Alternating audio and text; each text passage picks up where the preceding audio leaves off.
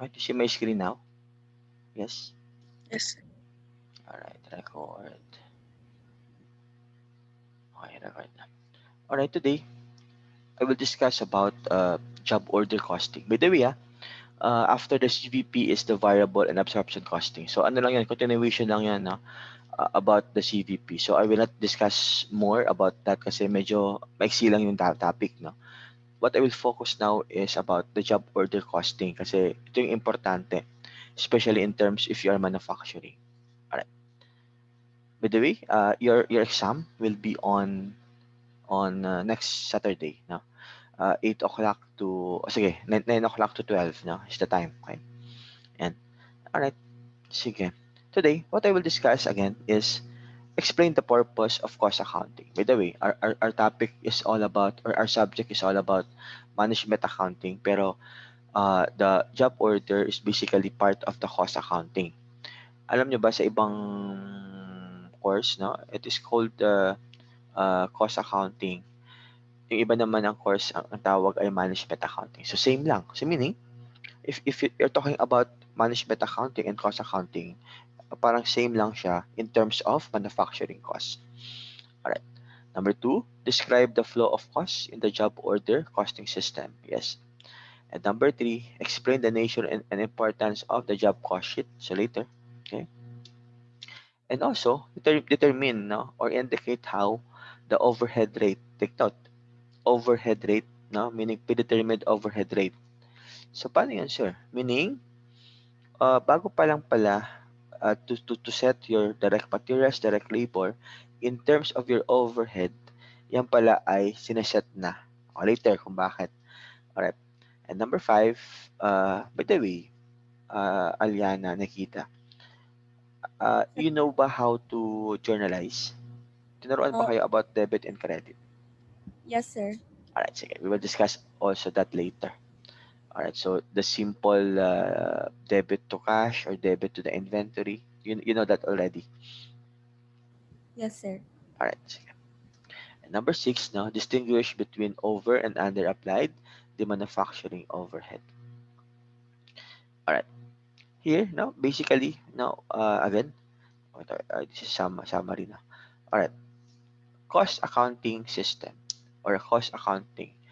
Ang sabi niya, it involves daw measuring, recording, and reporting your product cost. Diba? If you remember our topic about cost terms and concepts, tama ba? We discussed about product cost. Now, what do you mean of product cost again? Shannon, di ba? We discussed about product cost. Di ba? As you notice now, you Hi. identify if it is a product or period cost. Nalala pa ba? Yes, sir. Alright, what do you mean Um, of product cost? Product costs, these are the costs po incurred in creating the product itself. Very good, Shannon, no? It is the product wherein you create, no? You create the finished goods. That's basically directly involved in terms of parang manufacturing a product. Very good. So, di ba, ano nga yun? You have your direct materials, correct? Direct labor, and the manufacturing overhead. That's basically your cost accounting. Sir, bakit ganon? Bakit you only measure, you only record, and you only report the product cost? Paano pala yung period cost na period cost is basically your selling and marketing expense and general and admin expense, 'di ba? The reason why is that the product cost, the reason why it is to measure, to record, and to report kasi yung product cost ay to be inventoryable, 'di ba? In our discussion number two, we discussed that the product cost is also known as manufacturing cost and also known as uh, product cost, no, and inventoryable cost. Meaning sa Tagalog, ini-inventory muna bago siya gawing expense. That's basically the product cost. Alright. Cost accounting system consists of manufacturing costs, yes, that are fully integrated in the general ledger of a company. Yes. Also, when we say cost accounting system, basically uh, we will use the perpetual inventory system. And so in your FINAC, ano nga yung perpetual inventory system if you remember? 'Di ba? You record everything. Naalala pa ba, Sean? 'Di ba? In terms Yes. of the perpetual inventory system, you record everything. Unlike the periodic inventory system, wherein pag periodic kasi ano siya, parang nire-record din siya, pero hindi siya yung kagaya ng perpetual na lahat mo gagawin, lahat mo ire-record. Alright. There are two types of cost accounting. You have job order and you have process costing. Don't worry, we will not discuss the process costing since it is basically not part of this now. We will only focus on the job order costing system. Right. What do you mean of job order costing system? It is basically cost assigned no, to each job or to each batch. That's why it is called cost per batch and cost per job. And so the importance of these features is basically each job has its own characteristics. That's why the objective of this is to record the cost per job, the cost per manufacturing cost, your materials, your labor, and overhead, okay? Rather than the time period. So time period here is basically your process costing system. Kasi later, pag sinabi kasi yung job order costing, no, sorry, pag sinabi kasi process costing, baka time period, ito yung time wherein you record the work done, meaning the percentage of the work done. Yan. Pero don't worry, we will not discuss about process costing. Sayang din. Alright. In terms of the job order costing system, hey Margaret, right? In terms of the job order costing system, it is basically here, no? You have job order 9501. Alright. As you notice, no, huwag kayo ha, hindi pa kayo kakasal, no? Bata pa kayo. Anyway, what if kakasal ako, no? So, meaning, the invitation here is basically you have your black ink, typesetting, invitations, envelope, and the stock. Anong tawag dito? That's your direct materials, tama ba? Yung gumagawa nito is direct labor, correct? At the same time, the other factory overhead is basically yung indirect materials, yung indirect labor, okay? And other factory overhead. So, ano tawag doon? That would be your manufacturing cost. You manufacture a wedding invitation with direct materials, direct labor, and overhead. And in every invitation, ang sabi, there's order job order number 9501. Okay? Meaning, para at least hindi mo ma-interchange, no? Especially in terms of the hosting. That if it is 9501, it belongs to wedding invitations. Alright, take note ha. Per batch, so meaning madami to. And the number is 9501. Alright. And also, you have also 9502. Yun naman yung mga menu. Okay? Sa pagkain mo. So, all of this are all to be recorded again as part of direct materials, direct labor, and the manufacturing overhead, and the typesetting, the white stock lamination, and you have 50 copies. Ang dami. Dami mong uh, iniimbitahan no, sa wedding. Yan. So, it is called job order 9502. Meaning, the 9502 here is madami. No? Yan. So far ba clear? Nerissa, clear? Yes, Yes, sir. sir. Alright, sige. Alright, next, process costing. Wag na to, no? The keyword here of the process costing is that you involve a manufacturing process of two or more departments. Also, the large volume of it is basically homogeneous product, and the production of it is continuous. Alright, paano to, sir? Alright, okay. Again, the process costing is basically to compute of it using the period of time. Okay? So you account this using the period of time as opposed to the cost per shop. Okay. Paano to, sir? Halimbawa, you manufacture a car, no? Let's say Honda BRV. Alright, the Honda BRV, of course, ano yung unang mong gagawin? Siyempre, external muna, external parts. So, the department A, no, is basically the external parts. Sa labas muna. Department B naman sa loob. So meaning, i-transfer mo yung kotse mo pag natapos na ng external parts sa Department B. Department B naman ang gagawa ng internal. Yan. And eventually, pag natapos na yung internal, may kotse na si Nerissa. Yan, your Honda BRV. That's basically, you have two or more work in process, no? There are two or more work in process, and all of this, no, the process costing will become finished goods. Yan. Pero pag hindi pa tapos yan, ano sabi ko, it will become part of your work in process. Alright. Pero don't worry, we will not discuss this now. Let's say ito, no? Oil is pumped, then benzene is removed, then benzene is part, and then ballast, no? And you have now your ano ba to? Disc. Yan, compact disc. Don't worry. We will focus more on the job order costing system. Alright. What else? Cost accounting system daw, it differ, no, from company to company. Yes. Iba-iba ang cost accounting na ginagamit in every company. Alright. Of course, the objective of this is basically to provide the cost information. Sabi kanina ni Shannon, the reason why you record the product cost, no, kasi ito ay inventoriable, at the same time manufacturing cost. Okay? With that, if Shannon already knows the cost information, the cost per price, dyan pa lang si Shannon mag-set up ng price, 'di ba? Product pricing. So if na-compute ni Shannon, my cost per unit is 30 pesos. Ano gagawin mo, Shannon? Of course, your selling price should be more than 50 pesos, 'di ba? Hindi ka magre-record ng price below 50 pesos. Tama ba, Shannon? Common sense lang, 'di ba? Ba't ka pa nag-cost per unit if mali-mali naman yung costing mo? Yan. Alright. What else? Also, for cost control.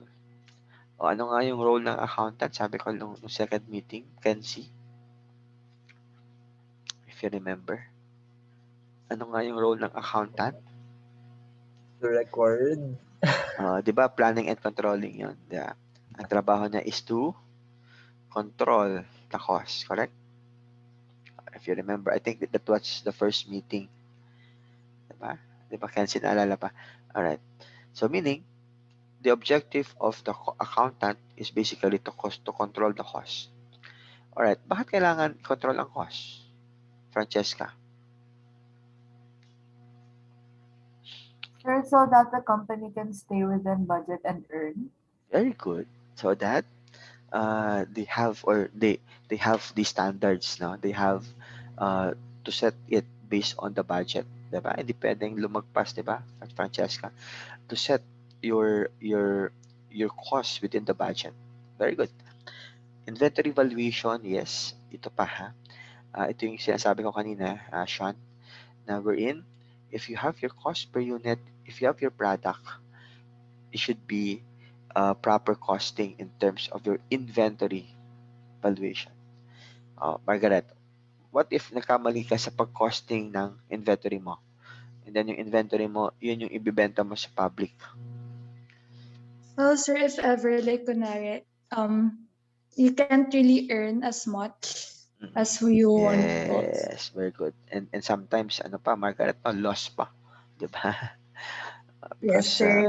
because you have a mistake in terms of setting your cost. Kasi if you set your cost at 50 pesos, for sure, ang gagawin mo, Margaret, no, your price, no, the selling price, of course, should be more than the 50 pesos.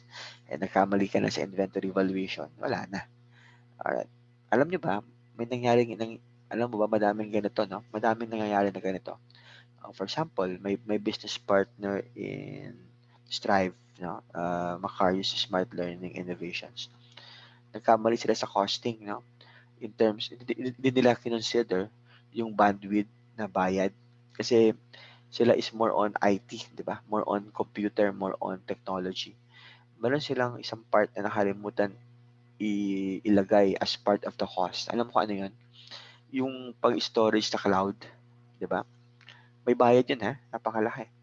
Hindi nila nakasama. Ito ay reality, ha? Nung last week lang. Kaya yung ano ko is na-stress siya. Kasi alam mo, ha? Take note, ha? 2 pesos lang 2 pesos per bandwidth bang tawag do'n, 2 pesos per cloud, something cloud setting, 2 pesos lang yung nakalimutan nila. Eh, ang dami nilang kliyente. Alam niyo ba, if you total the 2 pesos per client or 2 pesos per bandwidth, alam niyo kung magkano yung total na binayaran nila dahil nagkamali sila sa costing? 2 million pesos. Sabi nila, buti nila, ang dami na nilang pera. Oh, meaning, magkamali ka lang Margaret, no? Or Shannon. Wow, grabe. Diba? Saan mo kukunin yung 2 million pesos, diba? Diba, Margaret? Bonus mo na yan, eh. Ayan. Diba? Diba, Shannon? No? What if nagkamali ka? Ayan. It is for inventory valuation is very important. Ayan. Kaya very important is the proper inventory valuation. Alright, sorry. And also, of course, the presentation of the FS. Alright. Describe the flow of costs of the job order costing system. Again, the flow of costs, again, you have your direct materials, direct labor, and the manufacturing overhead. That's basically your total manufacturing cost. Alright. Meaning, if you have your manufacturing cost, you basically flow that and to be converted into the finished goods. Diba? Bumili si Nerissa ng madaming materials. And then, may factory worker ka. Tapos uh, meron ka naman tinatawag na overhead or mga utilities. Pero ginawa ni Nerissa, yung mga materials niya lang ay nasa warehouse lang. Hindi niya pinabayaan niya lang. So meaning, ano yung purpose mo? No? Your purpose is to convert your direct materials into the finished goods. Alright.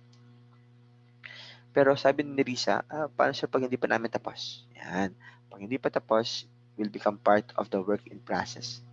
Partially completed product. Pag tapos na, it will become part of your finished goods. And pag naibenta na, it will become part of your cost of goods sold. Yan. Yan lang yan. Alright, so to summarize everything, no? Manufacturing cost, then transfer to the assigned to the work in process, then pag na-complete na, will become part of the finished goods. And pag naibenta, will become part of your cost of goods sold. So yun lang yan, ha? Alright. Next, what are the two major steps now in terms of accumulating or assigning? Yan. First thing is to accumulate first the manufacturing cost, and after that you assign them into the accumulated cost of the work done. Alright, so meaning, una muna is you accumulate, then you assign. Sige, later. Kasi yung assignment is basically uh, work in process muna siya, and then you have now the work done. Alright, yan. Sige, okay. I will open para mas madali tayo. I will open kasi ginawa ko na siya.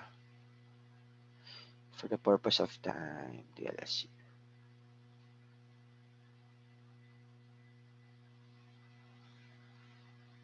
Ito ba yan? 311, 10.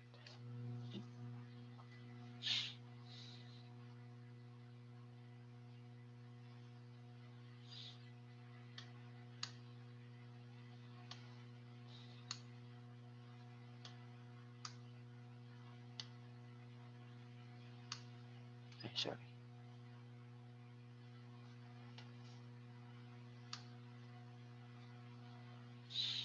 Alright. Kita niya ba? Yes, See sir. my screen, alright. Alright, sige. Para madali tayo. Alright. I believe now you know how to journalize, right? And, alright, number one. Number one is basically, ang sabi, you purchase raw materials, na? Alright. Raw materials purchase is basically, you debit your raw materials inventory. Alright. Raw materials inventory meaning, kasama dito yung direct materials and direct labor. Okay. Pag sinabi kasi raw materials, kasi di ba hindi mo siya separate if kasama yung direct materials and indirect. So basically, you have your raw materials inventory and you credit the accounts payable. Or pwede naman gawing credit cash, no? Alright, bakit sir cash? Kasi pwede naman bumili siya ng cash. Okay? Alright, ito ba naintindihan, Margaret? Okay? Raw materials is part of the inventory. If you debit your inventory, debit, diba? Then accounts payable is to be credited.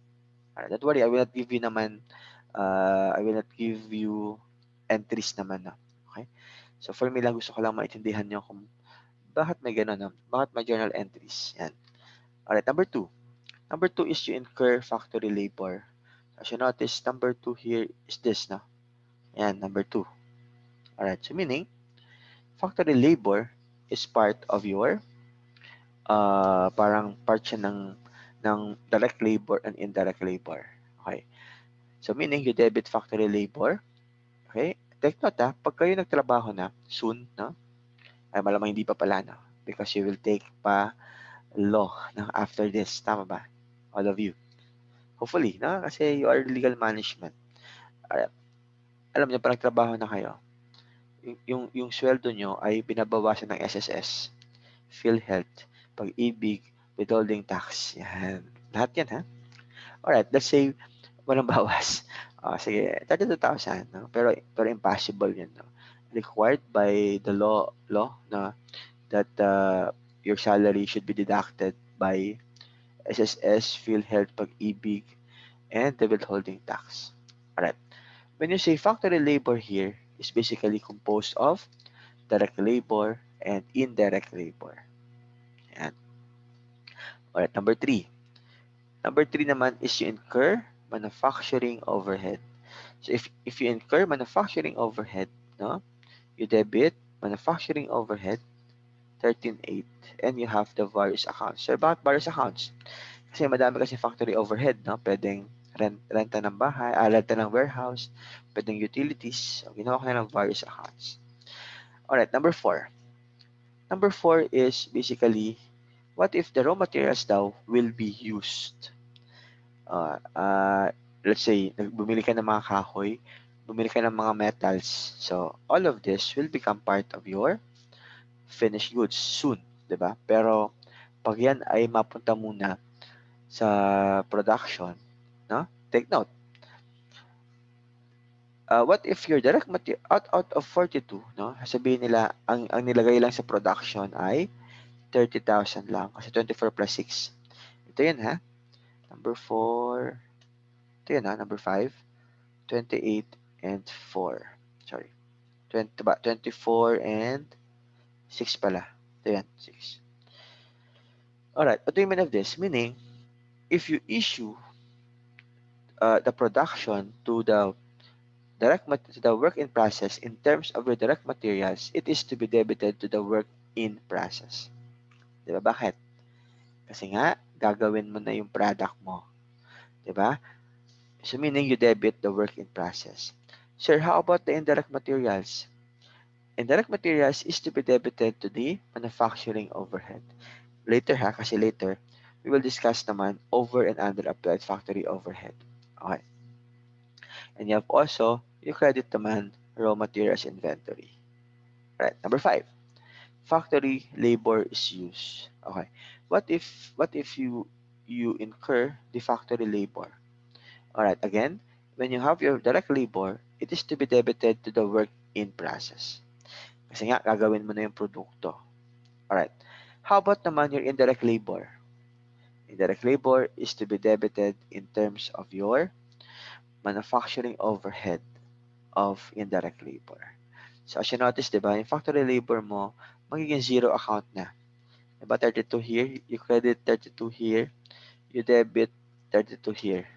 So meaning, as you notice here, no, factory labor is now or has now zero balance. Diba? Alright, so hopefully, tama ba Margaret? You know how to journalize? Alright, or pahapiyaw lang. Don't worry, I understand naman na you are not an accounting major, diba? But in accounting major, no, very strict ako, especially in terms of the journal entries. For me, as part of the MANAC, if you are a BSBA or BSBA legal management, of course, di naman expected na you know how to journalize. No? For me, ang importante sa akin is you understand the basic concept. Yan. All right. Number six. Number six is factory overhead is applied. All right, sir. What do you mean of applied factory overhead? Ito yan ha. Take note. What you record pala in the work in process is actual direct materials, actual direct labor, and applied factory overhead. Okay. What do you mean of applied factory overhead? Anyone? If you have an idea.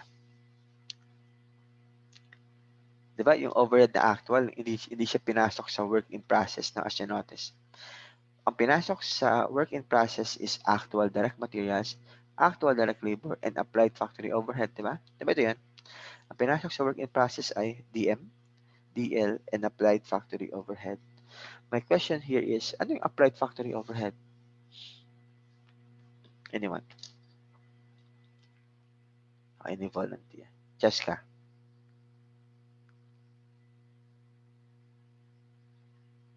Sir, I don't know. Mm. Okay lang. Kung no idea. Alright. How about you, Pao? Don't worry. Okay. Sir, I'm guessing Sure. applied manufacturing overhead has something to Yes. do with the manufacturing of the product, like directly over the Yes. production, kasi since it's work in process. Yes. Very good. Pero how come that direct materials, direct labor is to record the actual? But how about the applied? Ay, sige. Sige. The factory overhead, pag sinabing applied factory overhead is based on the estimated amount muna for the meantime. Alright. Again, what you record in your working process is actual direct materials, actual direct labor, and the applied factory overhead or the estimated amount of the manufacturing overhead.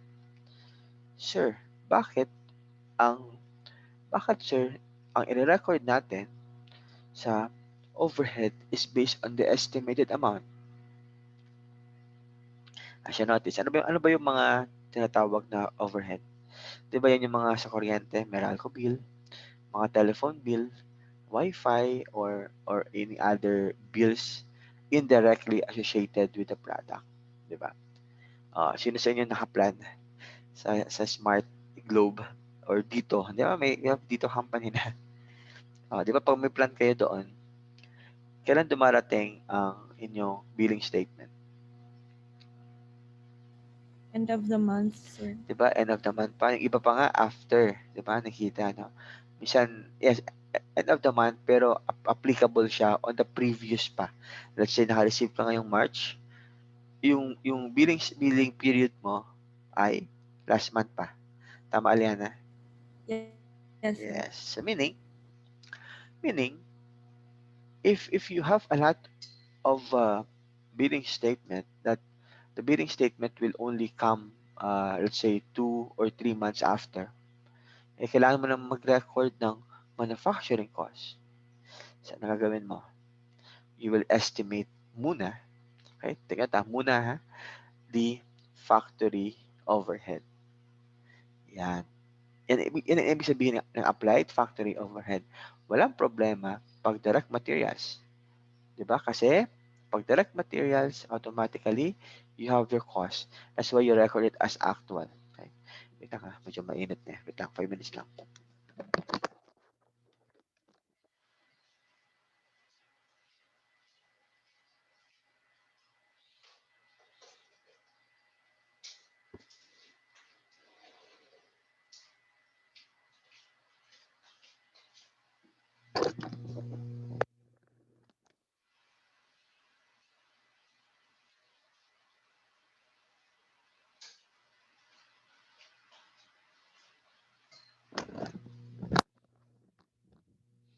Sorry, sakto lang summer na, no? Magalat summer na, no? Init. Alright. Sa ano ba? Sa mga beach ba ngayon pwedeng pumunta? Margaret? As far as I know, sir, pwede pag wala kayong yung hindi po pwede, yung kids na hindi po pwede sa age na sa age Oo. restriction. Kasi gusto ko na kasi last year, kasi kaming family every year pupunta kami sa sa beach na punta kami ng Boracay or Puerto Galera. Last year nawala. Tapos ngayong taon din wala pa din ba? Anyway, ayan. 'Di ba tumataas ang ating COVID-19, 'di ba? So, baka nga mag-lockdown pa daw yung Manila, 'di ba? Sana wag naman, 'di ba? Sana wag. 'Di ba mayroon tayong ulit curfew. Ayan. Sana wag. Ayan, napakainit na, ang aaga pa lang, no? Anyway, yan. Again, in terms of the factory overhead, dapat ano mo na siya, applied factory overhead, meaning estimated amount. Kasi, yung billing statement mo, darating siya matagal pa, di ba? Yan. Alright. And number 7, no? Of course, pag natapos na lahat yon, it will be uh, transfer to the finished goods. Eventually, number 8 is will become part of your cost of goods sold. So, ganun lang. Your materials, your direct labor, actual, plus the factory overhead estimated, no, is your total manufacturing cost. The manufacturing cost will be converted into the finished product. Kaya lang, pag hindi pa tapos, work in process muna siya. So, ano yun, that would be the concept in terms of your job order. Alright, sige. Balik tayo. Okay? I will not discuss thoroughly the journal entries. No? For me, ang importante is the concept. Alam ko bakit. Kasi ngayon, you have now a accounting software. Totoo yun. If you have money, just hire an accountant. Diba? Ayan. Pero if you are a BS accountancy, yun, I am very strict, no, in terms of the entries. Kasi at the end of the day, Margaret will take the CPA board exam. Diba? Alam niyo ba ngayon lang, no? Because I also teach at the LSU. No? Alam niyo ba, lahat nag-postpone na ng board exam except for one, except for the CPA. Grabe, kami lang pala yung magtitake. Sila pala sila. Ba't kaya, no? Anyway, yung doctor, I think bar, di ba? Di ba Margaret, no? I think bar, nag-postpone sila. I'm not sure po, sir. Oo, If nag-postpone sila. bar. Oo, yung engineer, nursing, board exam, lahat nag-postpone na for this year. They will have daw second quarter pa, second semester. Alright. So again, in terms of accumulating the factory overhead, the manufacturing cost, first thing is to purchase the raw materials. So kanina, what we did is here now. So we will also review. Ito rin yung kanina, no? As you notice. Ito rin yun, same na kanina. Alright, if you purchase 42,000 amounting to that, no? Meaning you debit raw materials and you credit accounts payable. Alright. Take note, no? When you have your materials, how do you record, no, or monitor the inventory? So, yung mga storeroom keeper daw, mga storekeeper, may tinatawag silang bin card. Dati naabutan ko pa, no, 10 years ago, nung hindi pa uso uso na rin naman.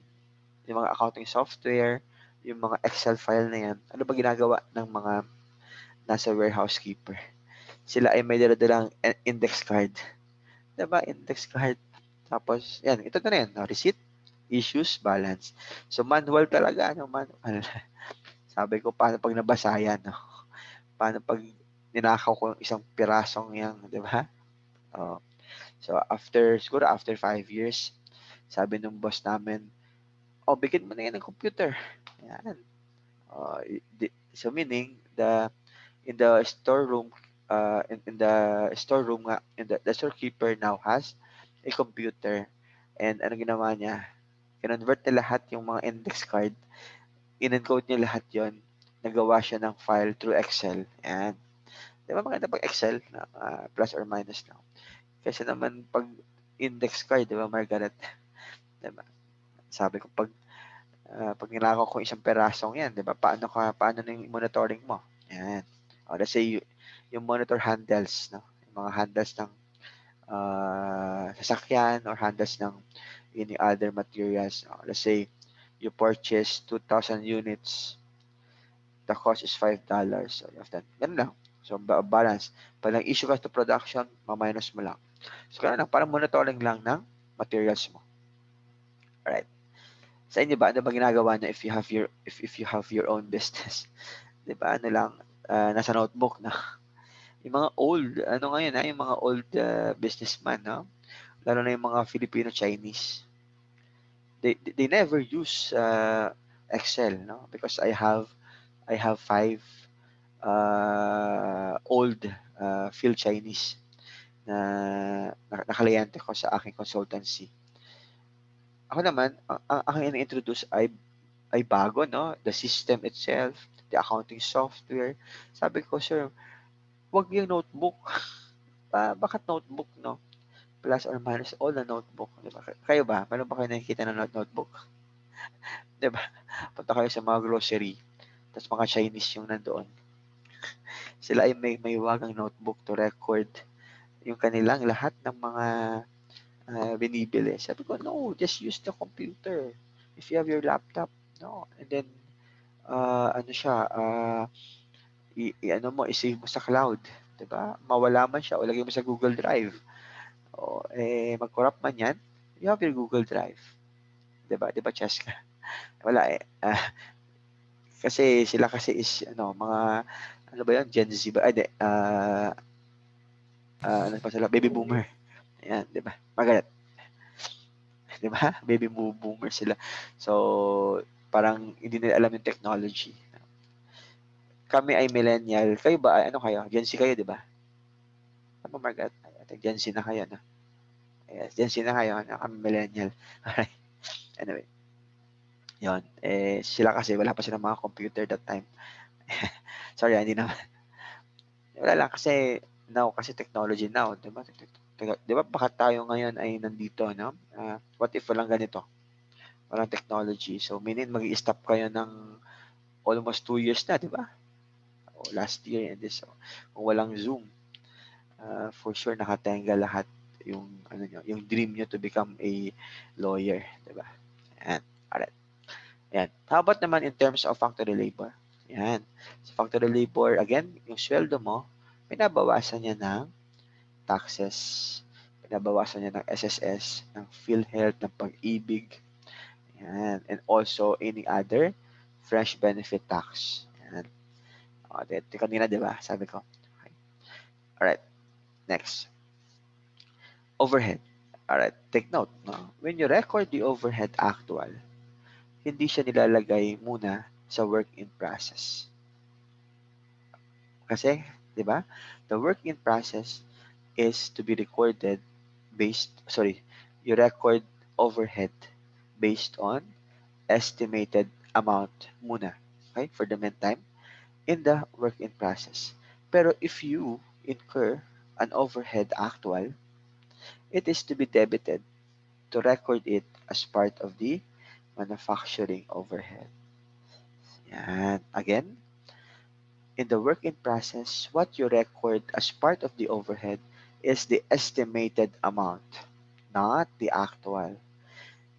But the actual inventory is to be recorded, no, on the account of manufacturing overhead.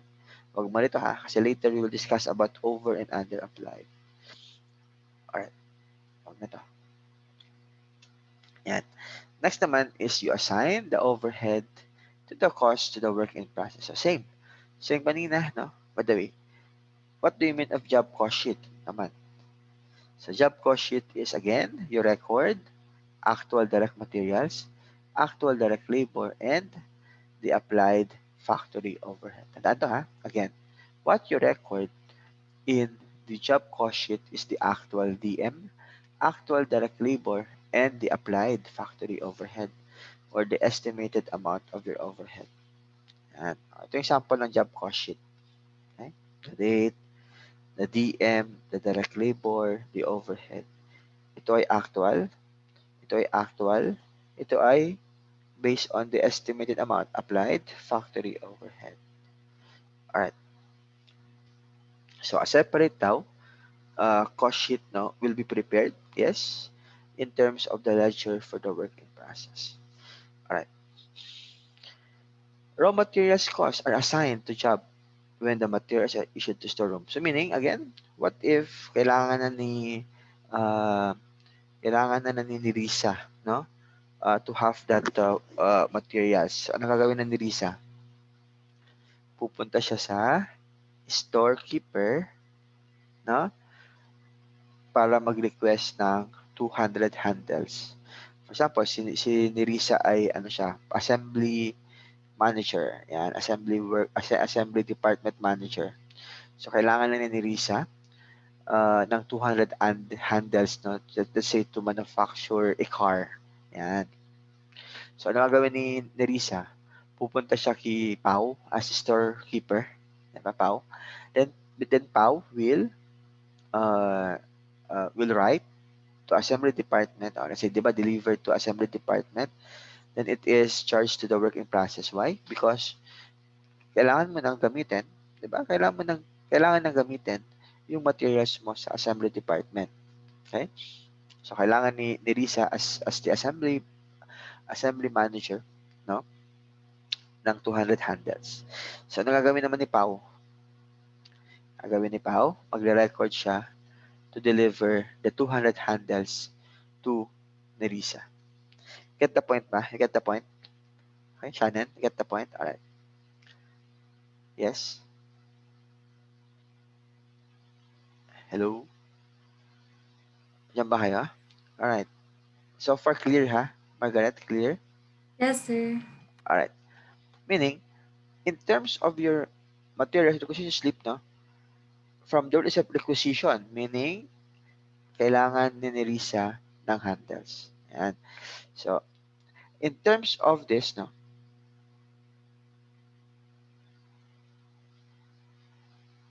Alright, sorry. So, in terms of this, take note, no? Dapat yung ating MR or ating slip, no? Dapat yan ay may copy ang storeroom. Common sense lang. No? Sino ba ang nag-issue ng MR? Di ba si Pau? Si Pau as storeroom keeper. Common sense lang na dapat may copy din siya. Tingin mo bakit, Pau? Ba't kailangan mo may copy ng MR? Because it will be recorded po Yes, it will be recorded at the sa same book ng time. business. Yes, and you have a proper monitoring kasi any loss or any any loss or any parang discrepancy between the recorded file and the inventory on hand, you are liable, di ba, Pao? Kung may nawala dyan, if there's a missing, you are liable as the storeroom keeper. Yan. Pero, yung Yes, ginawa sir. mong original document of the MR should be sent to the accounting department. Kami yon. Alright, my question here is, bakit nasa amin yung original? Kayo ba ay naka-OJT na? Or kayo ba ay, or Um, yung nanay nyo ba may-ari ng business? Or kayo ba ay may business? Margaret. sir, can I try po? Sure, Margaret. And for this one po, sir, dapat po kasi may copy Yes. like yung both parties. Okay, Because very good. like yun din po for monitoring. And then, kapag yung original po kasi, sir, parang, like, hindi po ba parang dun po kasi mismo yung like everything na nakapirma mismo, sir. Yes, correct. So, andun po yung proof na, oh, we got these items po. Mm-mm. Very good. And then, the original dapat nasa accounting, di ba? Alright. Why? Because, di ba, kung natatandaan nyo, no, pag kayo nag-OJT na, punta kayo sa accounting department. Puntahan niyo ang accounting department, finance department. Tingin, wag kayong lumayo punta kayo sa Lasal. 'Di ba yung binabayaran yung ano, tuition? 'Di ba? Pansin niyo ba? Doon sa anong building ngayon? LS. LS yun, 'di ba? Ah, yes, sama ano? 'Yan, 'di ba? Ay, Lasal. Ateneo pala. Punta kayo sa Ateneo, no? Yung building ng ano, 'di ba? 'Di ba ang laki, no? Ang daming papel. Ang daming papel na nasa accounting department. Anong building ngayon sa ano Ateneo? Sa may HR yan, 'di ba? Sa may human resource. Yung binabayaran niyo, kayo ay scholar, 'di ba? 'Di ba? Tama ba, Margaret, no? Is it Xavier, sir? Yun, saver pala, saver. Yan. 'Di ba? Ang dami, no? Ang daming papel sa accounting department. 'Di ba? Kasi lahat ng original document nyo ay nasa accounting department. Sino ba ang ino-audit ng Bureau of Internal Revenue? Sino ba ang ino-audit ng auditor? The accounting department. Yan. Kaya dapat the document of the original, no, should be sent to accounting. Tama yun, Margaret, no? Dapat you have a proper monitoring and recording of it. Yan lang yan. Okay? Alright. Again, in terms of the job cost sheet, no? In terms of direct materials, again, you record work in process of the direct materials. Then, pag actual naman, it is on the overhead and you have your raw materials. Alright. Factory labor. Okay? So, factory labor costs are assigned to jobs when the work is performed by the employees. Alright. Ano naman to? Let's say uh, sino ba? Si Syra, no? Si Marian Syra ay factory worker. Sorry factory worker kang muna ngayon, no? Of course, kailangan mo mag-report, no, sa Wallace Manufacturing Company. So ano gagawin mo, Marian, no? Syra, ikaw ay babandiclock ba tawag doon? Time in 8 o'clock, then pag nag-out ka 12 o'clock, no? Then si Marian ay nag-work ng 4 hours. Yan. So meaning, sa 4 hours na ginamit mo, Syra, is babayaran ka ng 10 pesos ka lang. Grabe. Let's say, ano to, 1,000. So, si Syra ay babayaran ng 4,000 pesos. Yan. Alright. Sa San Miguel ba, sir, ano ginagawa? Sa amin, ang ginagawa namin ay biometrics naman kami. No? Through your fingerprint, no? You have time in, time out.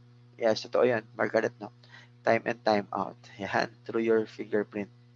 High-tech na, di ba? Alright. Sino ba ang nagwo-work sa government na ano, kamag-anak nyo or ano, di ba? Alam nyo ba, sa government, no?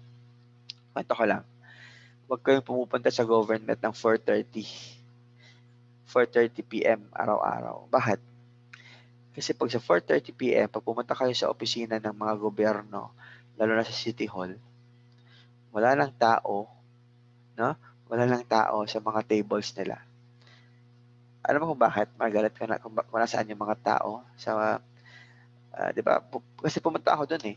Ba't kaya walang tao? 4:30 pa lang. Pumunta ako sa baba, no? Sila ay nakapila na sa bandy clock para mag-time out. Totoo to ha. Sabi ko, anong klaseng gobyerno to? Di ba? Anong klaseng city hall to? Di ba?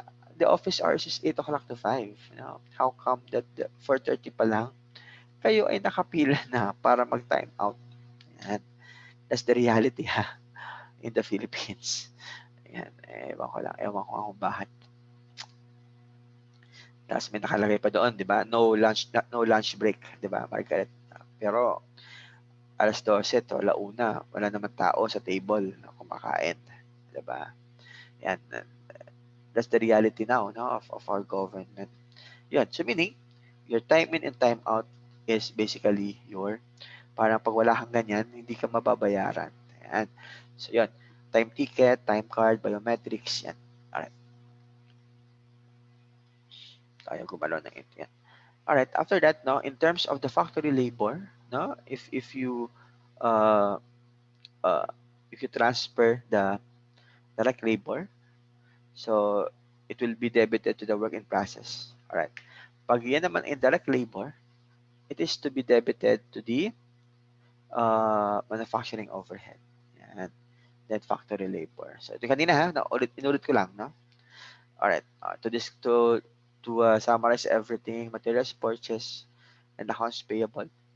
Then if you issue the DM, it will be debited to the work in process. Also to indirect materials naman, factory labor or factory overhead control. Then you have materials. Sa payroll, ganun din. Payroll pa din, then accrued payroll or cash. Okay? Then to distribute the payroll, so you debit work in process. And you debit also factory overhead control and you have payroll. Okay, yun lang yan.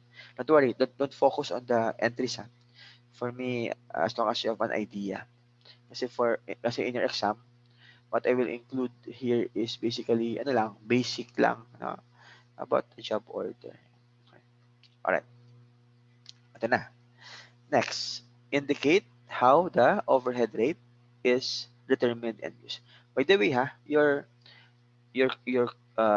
project, no, okay lang, just pass it on April 9. Holiday naman yan. 'Di ba sa syllabus kasi nakalagay doon. Sige, I will have the syllabus.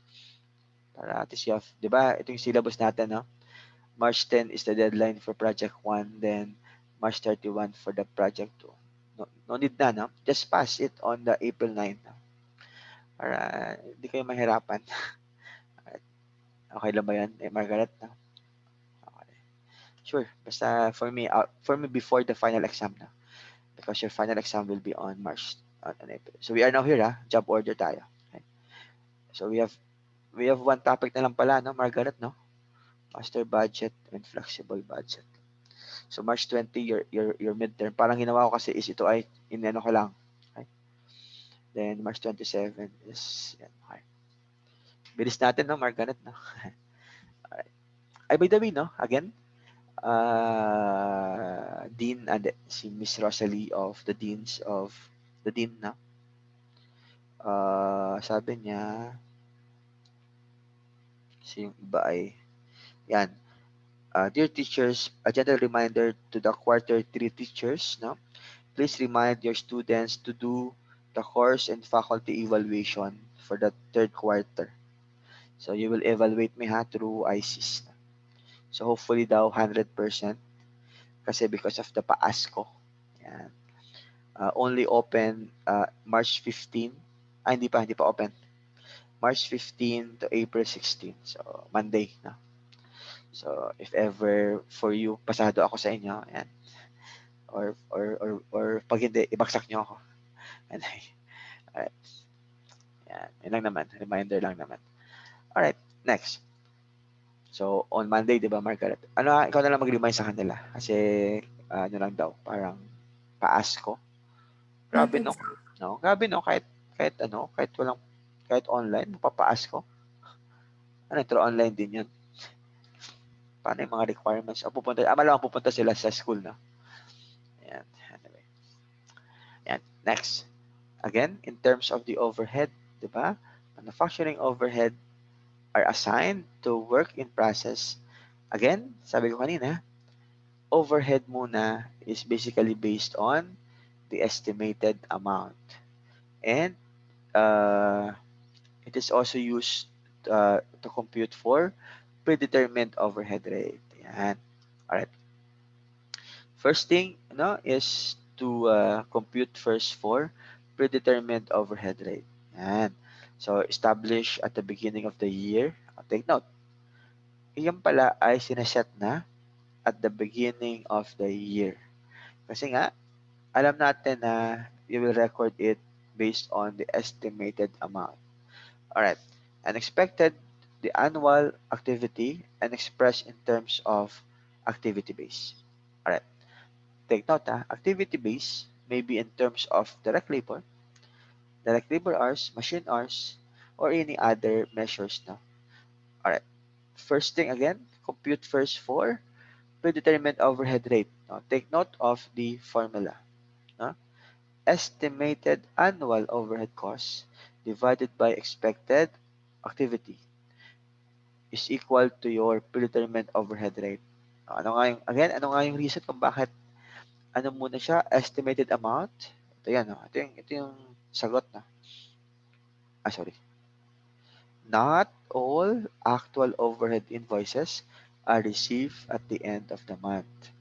That's why si Margaret ay gagawa muna ng overhead rate through estimated. Yan.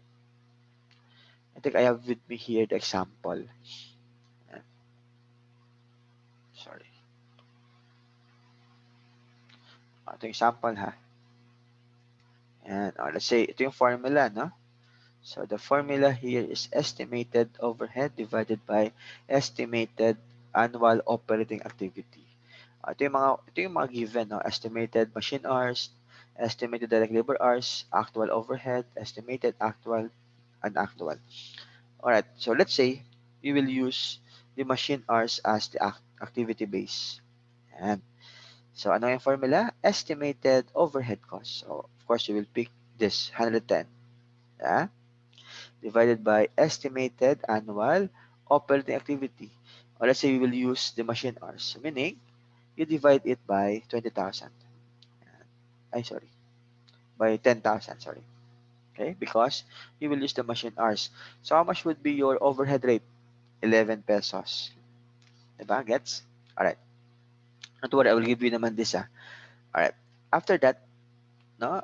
After that, if you compute for the applied factory overhead, the overhead rate now is to be multiplied by the actual activity base. If you use machine hours as the estimated hours, what you multiply here is the actual naman. Actual activity base, di ba? If you use estimated here of 10,000, you will use the actual machine hours of 5,000. Get the point ba? Alright.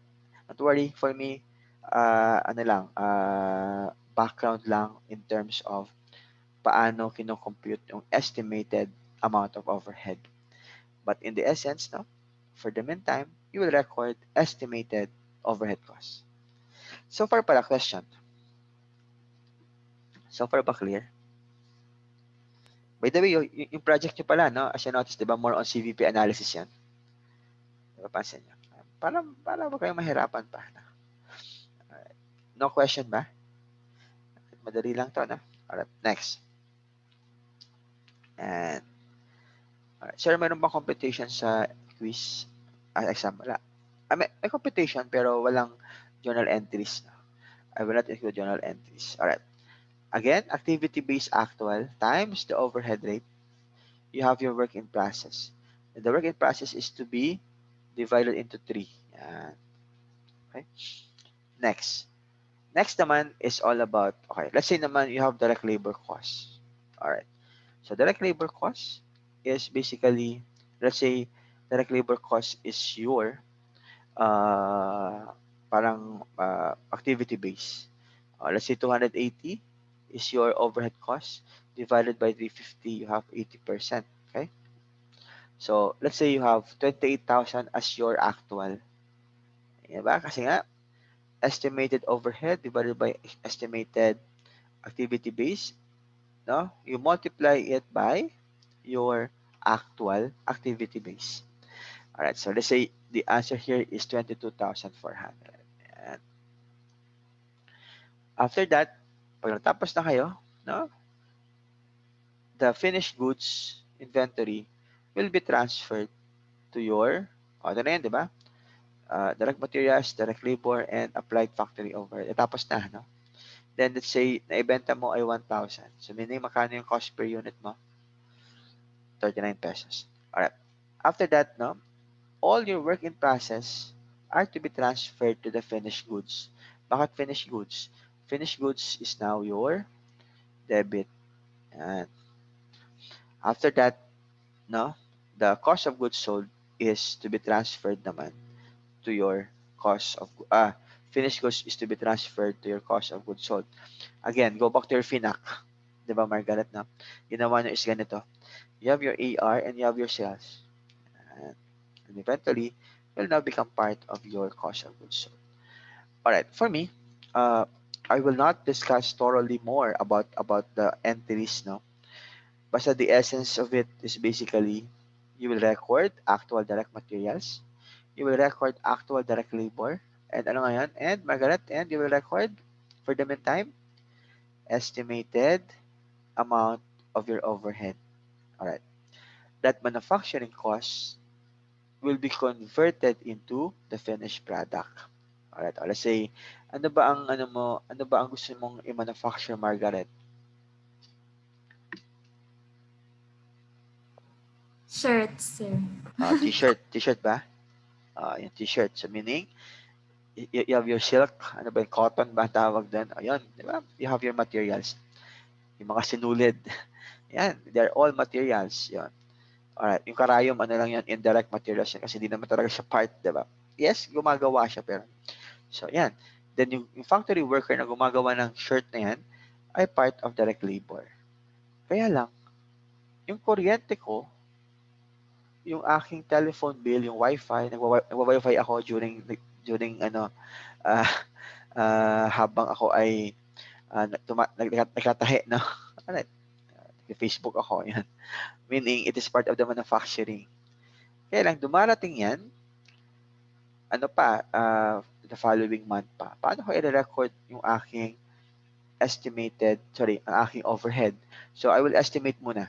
Okay? That's why, direct materials, direct labor, and manufacturing overhead. Kaya lang, may mga time na bungi-bungi pa yung tela. No? That's your work in process. The moment na matapos yun, no, it will now become part of your finished goods. So meaning, you have now finished goods. No? Yung finished goods na yan ay awaiting for sale. So ano trabaho ng mga salesman?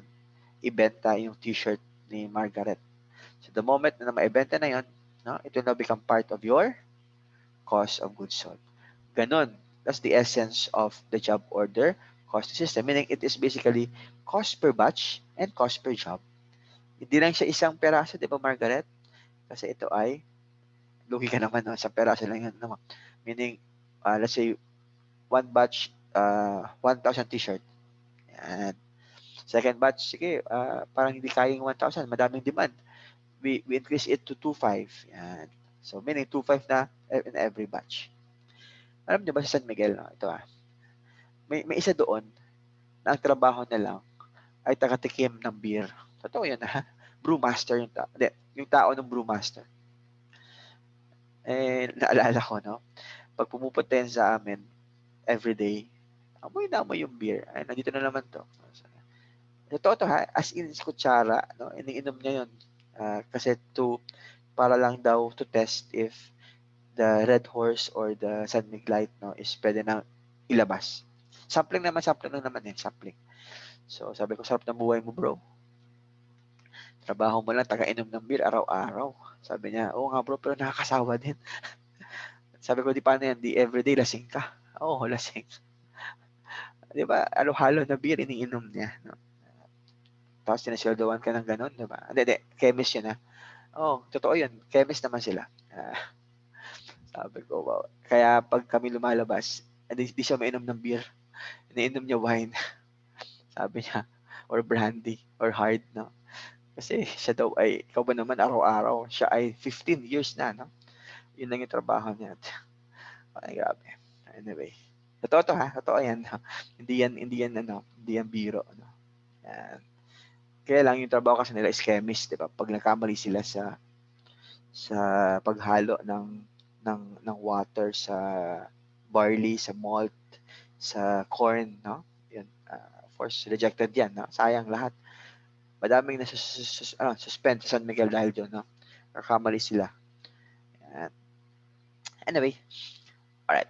To summarize everything, no? I will not discuss about the over and under applied, no? Kasi it is more on a technical, no? But for me, the essence of the job order costing is basically to know, no? Paano umiikot yung manufacturing, no? Yan. Alright. Pero if you are a BS accountancy, yan. Again, you are required to understand it, no? Again, you have an MR, you have a labor time ticket, and you have your overhead rate. actual cost, estimated. Okay. Then all of this, okay. So all of this is eventually, no, you summarize this on the job cost sheet. All right. And after that, pag hindi pa siya tapos, ano nga yun? Work in process. Pag yan natapos na, will become part of your finished goods. Pag naibenta na, will become part of your cost of goods sold. Yan. So after that, no, cost of goods manufactured. Again, you will record it as part of the applied factory overhead. Yan. Cost of goods manufactured also. So, sure, yan. 'Di ba? Again, direct materials, direct labor and overhead and applied. Okay? Then you add your work in process ending. You have your cost of goods manufactured. Again, what you record in the work in process is actual DM, actual DL, and applied factory overhead. Right. And after that, in terms of the balance sheet, now as you notice, you have now your cost of goods manufactured here. Then you add it to the finished goods, kaya zero. Eh, lahat yun na ibenta mo, di ba? So meaning you have your cost of goods sold of 39. Since you have a sales of 50, you have a gross profit of 11. Uh, all right, for me, I will not discuss this now. The over and under applied overhead. Yes, it's been okay. So siguro ito na lang gagawin ko. I have with me here, di ba? Yan. Alright, sige. Para ito na lang. Para, as you notice, no, ito yung ginawa natin kanina, no? Direct materials, direct labor, and applied factory overhead, correct? Alright. Your manufacturing cost is 74 if you add this. Then you add work in process, you minus work in process end. You have 39 of cost of goods manufactured. Okay? Take note of on the right side now, you have your factory overhead control. Meaning, all your actual is to be debited 23,800. All your applied is 22,400. Meaning, what you apply in the overhead is not 23,800. It is 22,400. Diba? Ito yung ating ginawa, 22,400. Okay? No, 22,400 yung ating nilagay as part of this. Kaya lang, at the end of the year, no, ang na-record mo as part of the estimated amount is 22,400. Nung binilang ni Aliana, Sir, mali pala tayo. Dapat pala 23,800 ang ating actual. Nakamali sa estimate. Of course, kaya nga estimate lang yan. No? Yan. So, ano gagawin natin? Di ba may difference siya na 1,400? 23,800 minus 22,400, you have 1,400. So, meaning, pag nagkamali kayo ng costing, nagkamali kayo sa applied factory overhead, meaning, yun kasi yung nailagay mo as part of the cost of goods sold, it is called under-applied. Bakit under-applied? Kasi, what you apply or what you record as part of the estimated amount is basically a lower, no, versus the actual of 23. So, anong gagawin? You just add it to the cost of goods sold of 1,400. Kasi nga, kulang ang charge mo sa cost of goods sold. You get the point ba, Margaret? Alright, yun lang yan ha. Alright. Sir, paano pag sobra naman? Yan. Alright. Yung in-apply mo ay 23,800. Yan yung nirecord mo as part of the estimated factory overhead. Sobra naman to, no? Nung kinumpute ni Cheska, Sir, mali pala tayo, sir. Hindi pala 23,800. Sobra ang na-charge natin sa cost of goods sold. Dapat pala 22,400 lang. Ano gagawin mo, Margaret? Pag sobra, kailangan Mag-deduct, sir. mag-deduct and magbawas. So, as you notice here, you have 42,400, you minus 1,400, you have 39,000. Ganun lang yan, ha? O, meaning, what do you mean of over and under applied overhead? Mas madali ba? Kasi ito kasi medyo madali siya because pag sobra, kailangan dagdagan. Pag sobra, kailangan bawasan. Why? because on the first year, what you did is you set na the overhead rate, no? Based on your estimated amount. Ganun lang yun, no? Ito kasi medyo, pag binasa nyo kasi medyo more on technical, no? But in the essence, yun lang. Ganun lang yun, ha? 'Di ba? And,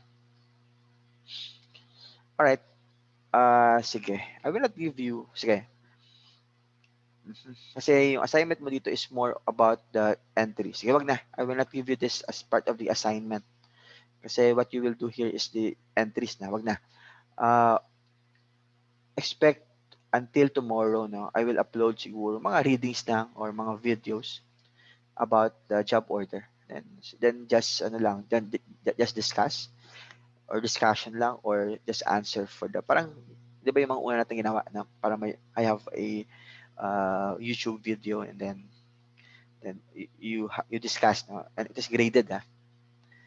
Alright, na oras na ba?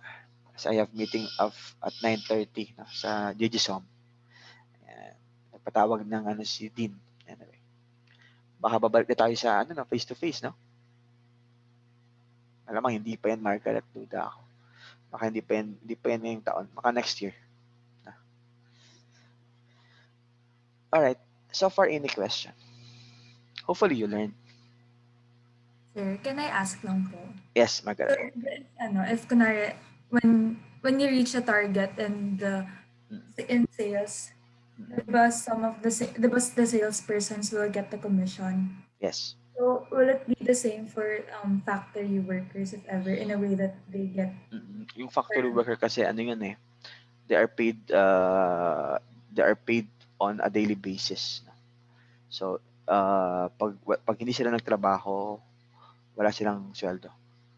So, they have no commission. Kaya, kasi yung sila, hindi naman sa pag-degrade sa kanila, ha. Sila kasi ay mga 2-year course, no? Mga test na graduate. Ayan. So, hindi sila nakapagtapos. Kaya nga, ako hindi naman sa pagmamayabang, no? I encourage them to, kahit sila ay nagtatrabaho na, sabi ko sa kanila, ano pa rin sila, tawag doon, they should also have the 4-year course para at least hindi kayo habang buhay factory worker, 'di ba? Alam mo Margaret, no, very proud ako doon sa isa kong factory worker. Ano siya eh, parang in-encourage ko na mag-BS accountancy. No? Ngayon certified public accountant na siya, 'di ba?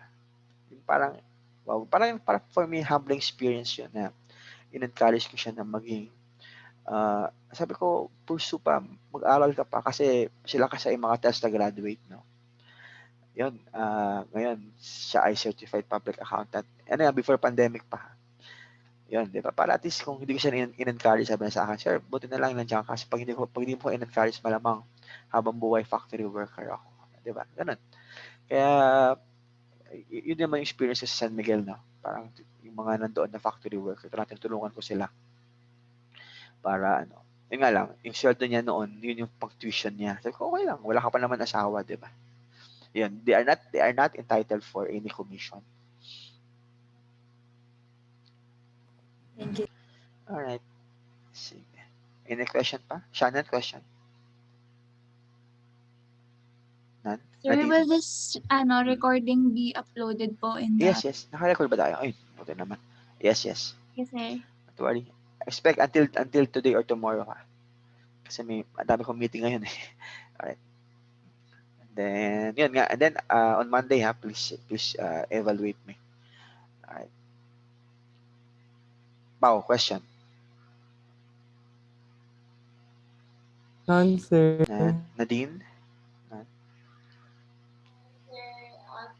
Alright, none. Alright, sige.